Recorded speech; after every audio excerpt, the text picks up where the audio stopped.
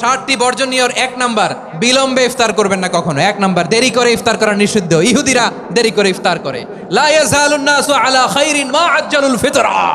বিশ্বনবী বলেছেন, এই উম্মত যতদিন আগে আগে ইফতার করবে, এই উম্মতের কপাল থেকে কল্যাণ কেউ ছিনিয়ে নিতে পারবে না। চিল্লায় বলেন ঠিক কি না? আজানের জন্য বসে থাকবেন না, সময় দেখবেন।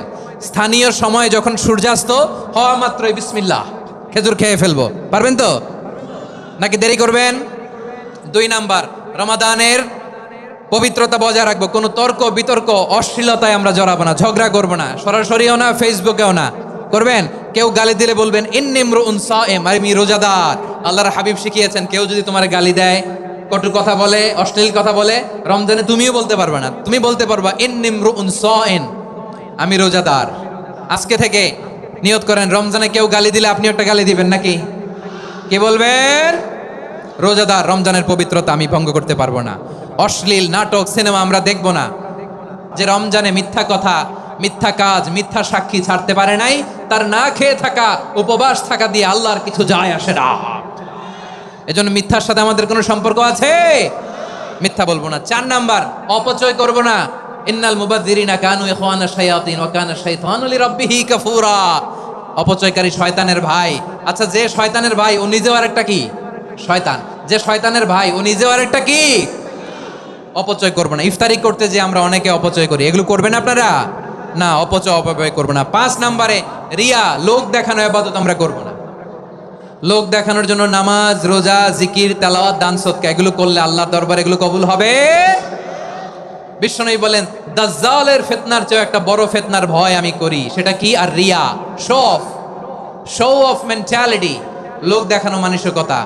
এটা থেকে আমরা বিরত থাকবো ইনশাআল্লাহ। 6 নাম্বার, অনেক গুরুত্বপূর্ণ, ব্যবসায়ী ভাইয়েরা। ব্যবসা করেন কারা কারা? হাত তুলে দেখান তো আমারে।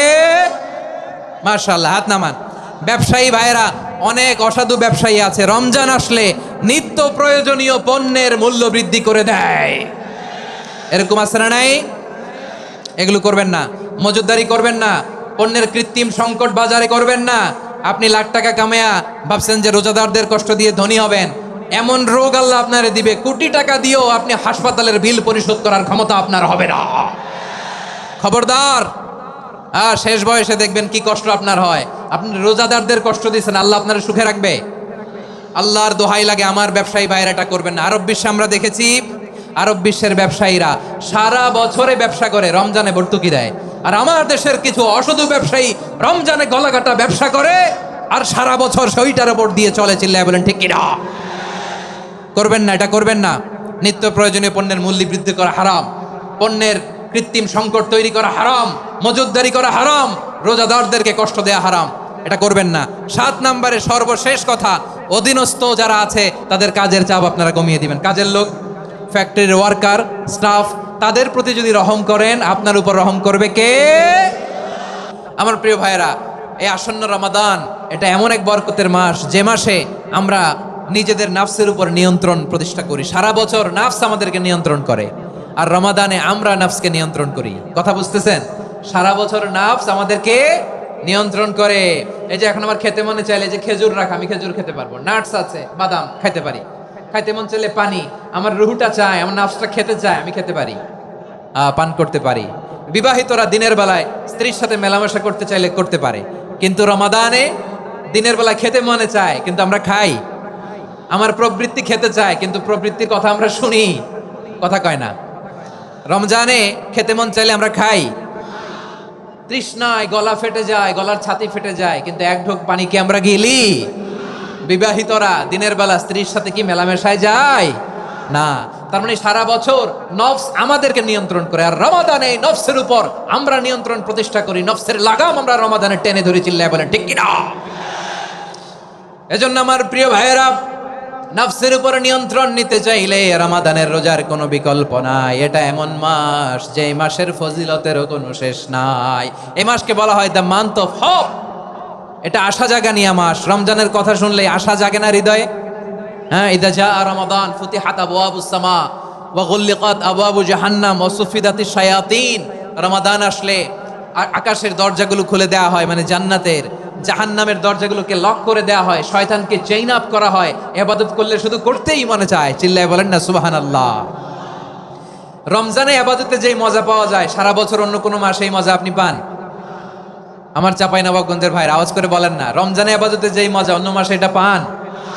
কারণ রমজানে আবাদত করলে সওয়াবও বেশি, আবাদতের একটা পরিবেশ থাকে, ঠিক কিনা বলেন?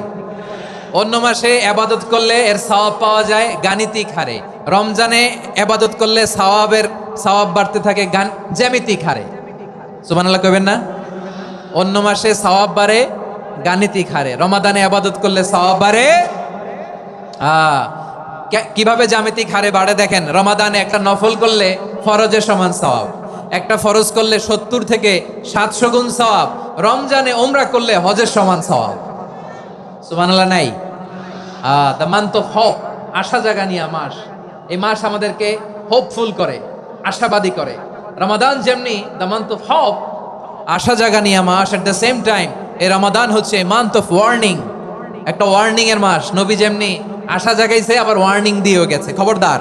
ওয়ার্নিংটা কেমন? আল্লাহর হাবিব সাল্লাল্লাহু আলাইহি ওয়াসাল্লাম মসজিদে নববীর ভেতরে হঠাৎ তিনি মসজিদে নববীর মিম্বারে পা রেখে বললেন আমিন।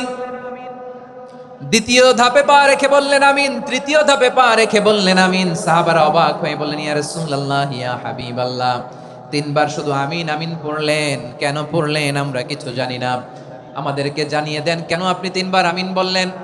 রাহমাতাল লিল আলামিন আল্লাহর হাবিব বললেন, ও আমার প্রাণের সাহাবীরা, আমি যখন মসজিদে নববীর মিম্বারের প্রথম ধাপে পা রেখেছি, সাইয়েদনা জিবরিল এসে আমাকে বলেছে, ও নবী, আপনার নাম শুনে যে ব্যক্তি আপনার উপর দুরূদ পড়ে না তার ধ্বংস। আপনি বলেন আমি বলেছি আমিন।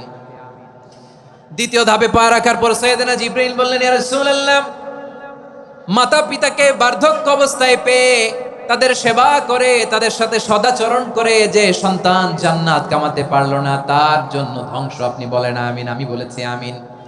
আবার মিম্বারের তৃতীয় ধাপে ঠিক যখনই আমি পা রাখলাম, সাইয়েদনা জিবরাইল বললেন, নবী, রমজান মাস পাওয়ার পরে এই মাসে ইবাদত করে যে ব্যক্তি নিজের গুনাহ মাফ করাতে পারলো না তার জন্য ধ্বংস। আপনি আওয়াজ করে পড়েন আমিন। কত বড় ধমক, কত বড় ওয়ার্নিং দেখছেন। যে রমাদান পেয়েছে কিন্তু রমাদানের ইবাদত করার মধ্য দিয়ে সে নিজেকে জাহান্নাম থেকে মুক্ত বানাতে পারলো না, তার উপর আল্লাহ লানত, তার জন্য ধ্বংস। সাইয়েদনা জিবরাইল বলেছেন আমিন, স্বয়ং বিশ্বনবীও বলেছেন আমিন। আওয়াজ করে পড়েন নাউযু বিল্লাহ। তাহলে রমজান আসবে আর আমরা নিজেদেরকে জাহান্নামীদের লিস্ট থেকে নাম কাটিয়ে জান্নাতীদের লিস্টে উঠাতে পারবো না। এর চেয়ে বড় হতভাগা কি আর কেউ থাকতে পারে? আওয়াজ করে বলেন। তাহলে রমাদানের এই রহমত, বরকত, মাগফিরাত, ফজিলত আমাদের কামাই করার দরকার আছে না নাই?